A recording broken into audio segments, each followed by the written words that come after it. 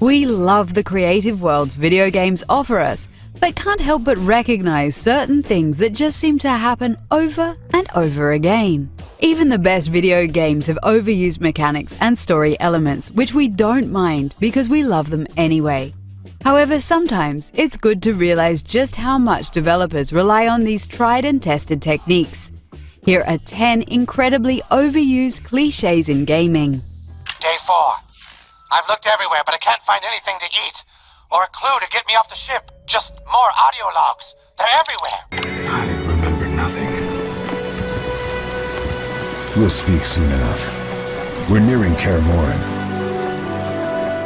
How many times did you play a game in which the protagonist doesn't remember anything about his past? The amnesia cliche is widely used in gaming, but also in movies and books. It's convenient to have the main character forget everything when the game begins. That way, the other characters will have to explain everything so that the main character discovers more about the plot along with the player. Jamie, I've become a junker. A junker? Gillian, but why? Jamie, you know why. It's the only way we can regain our lost memories. Snatcher is the only word that keeps coming back every time we try to remember our past. It can be a very exciting storytelling technique that adds a lot of mystery to the story, but it can also come across as lazy script writing when used improperly. Look at me! I'm your friend. I'm the only friend you have left. You are... I'm here to help you. I can't remember.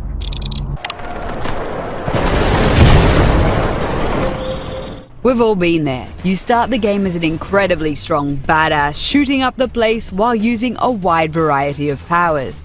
But after the first level, your powers are suddenly stripped away. Hold on. Shit.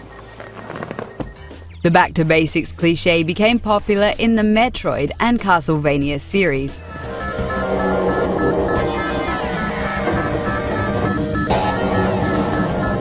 We also get why developers like to do this. It feels great to be able to test out all the powers and weapons at the beginning of the game.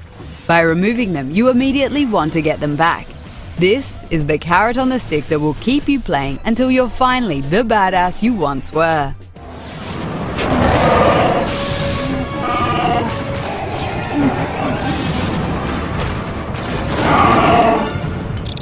What?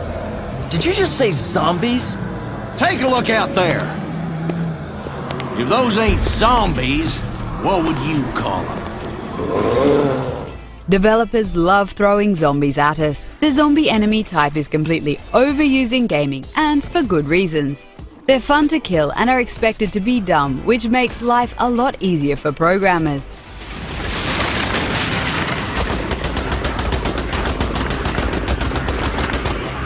There are a lot of games that star zombies exclusively and build a whole story around them. However, there are also a lot of titles that offer zombies as a side dish in the form of DLC or a zombie mode of the game.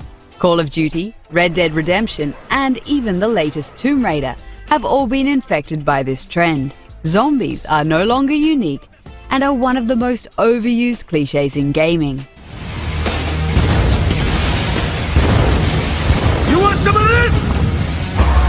Oh, shit! So what's wrong with it? How should I put this? It's lost its jewels. Somebody stole the testicles off a statue. You must retrieve those stones. It's pretty ridiculous when you think about it, but so many games ask the hero to run errands while they're on an epic quest to save the world.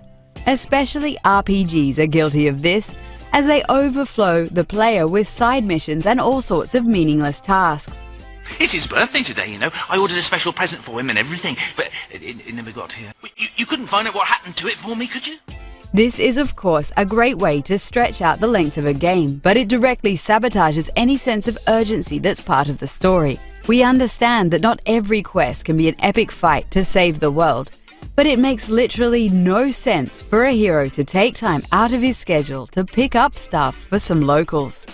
Developers should make side quests that are important to the story instead of providing the player with dumb busy work. Oh, that's a good pie. Customers.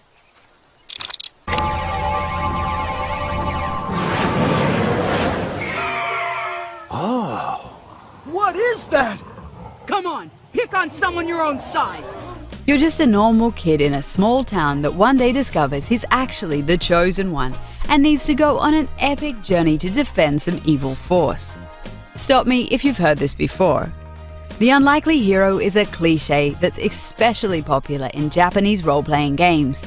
These young boys are usually armed with nothing more than their big hearts, open minds, and huge swords. They usually pick up a few friends along the way so they can fight as a party. I'm Edge Maverick. You can call me Edge. And my name is Reimi Sayonji. You can call me Reimi.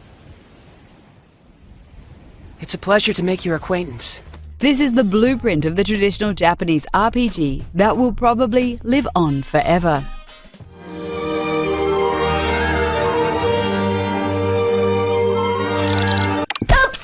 Yo, watch out! QuickTime events have become a cliché in gaming since Shenmue introduced them back in 1999. While they were innovative at the time, they've become quite annoying as QuickTime events have crept into more games over the years. We have become so used to following simple button prompts on a screen to make the characters do something awesome.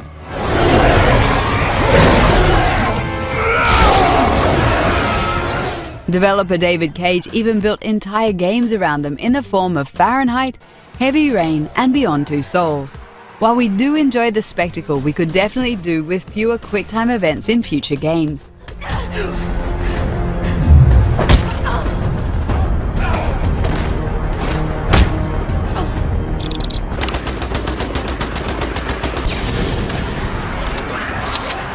While it may be one of the world's oldest cliches in gaming, the explosive barrel isn't going away anytime soon, and that's fine by us. The explosive barrel or crate is a simple and effective tool that can make environments more enjoyable to shoot in.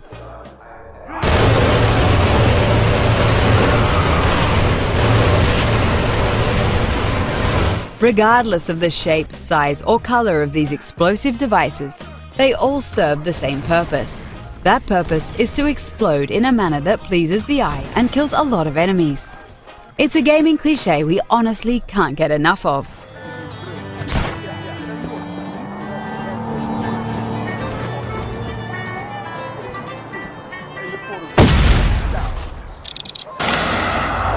So here's this giant enemy crab, and you attack its weak point for massive damage. Attack its weak point for massive damage has become a legendary quote from the famous E3 demo featuring a giant enemy crab. But this is not the first time we've seen this cliché. Gigantic bosses in video games often have weak points which allow them to be defeated. While this makes sense for gameplay, practically speaking, it's comical to see bright glowing weak spots that scream "attack me" at gamers. Its shell's too thick! Our guns are useless against it! The carapace is too tough! We need to find a softer target!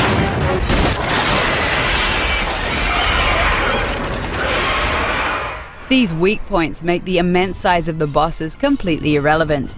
Glowing weak points is a cliché that's so important to core game design, we don't see it going away anytime soon. Nasty gash on the back of his head. Unload on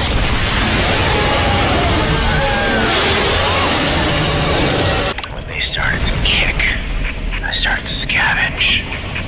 Made myself a little splicer cocktail I did.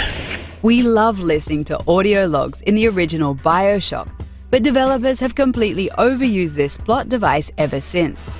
Especially story-driven shooters are guilty of scattering conveniently placed pieces of plot as audio recordings through the game world. Hello? Can anyone hear me?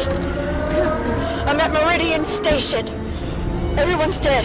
While it's a good way to convey more story to the player, the audio log presents a number of logistical problems. Why are these people recording such intimate details about their life right before they die? And why does our game hero walk around with a cassette player on his epic quest to save the world? Hello, is this recording? If you are hearing this, I've been taken hostage on some kind of alien ship. The aliens did unspeakable things to my rectal cavity. But I've broken free. I'm so scared and alone. I must find a way off this ship. Oh God, they're coming. Why am I standing here making an audio log?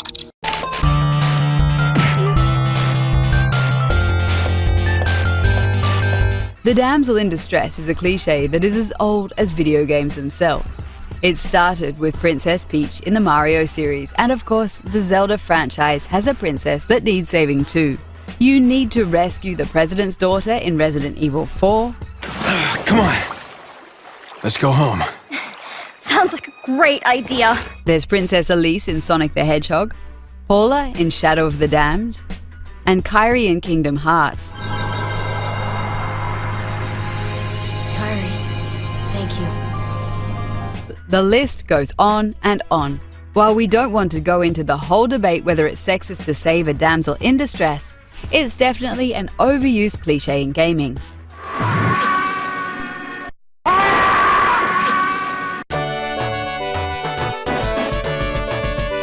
What other video game cliches are you sick of?